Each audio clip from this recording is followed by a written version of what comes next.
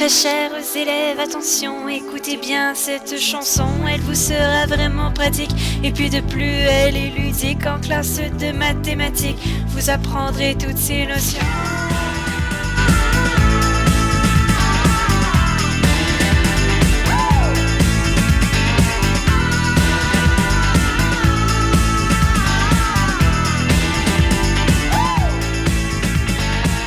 Commençons avec les fonctions, toutes sortes de variations. Si quand tu regardes le plan, la droite ne passe pas par l'origine, ce n'est qu'une fonction partielle.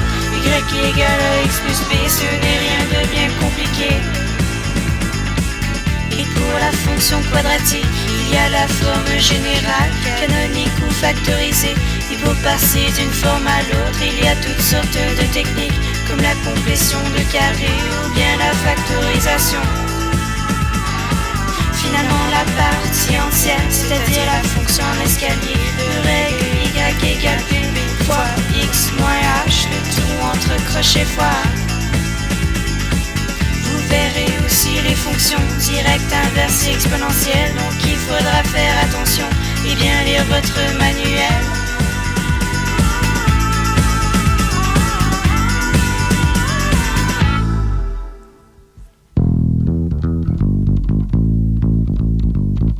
Entrons dans la géométrie, les théorèmes et postulats.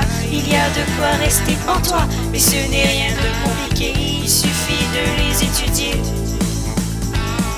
En quatrième secondaire, vous verrez toutes ces notions. En classe de mathématiques, vous apprendrez toutes ces notions.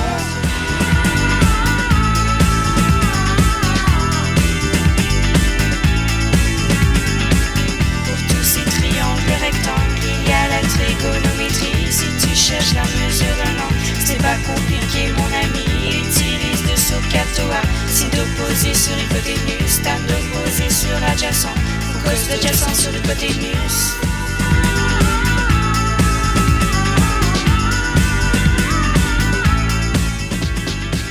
Finalement, un dernier conseil, quand tu as une distribution, écoute-moi et tends bien l'oreille pour réussir la résolution. S'il y a moins de meilleurs tu choisiras, puis les x tu ordonneras, et en deux groupes tu les sépareras. La moyenne des x et y te donneront P1 et P2. Après avoir fait le graphique, trouve le taux de variation, puis l'ordonner à l'origine. Voilà, tu as ton équation. Et pour la médiane, c'est la fin de la chanson.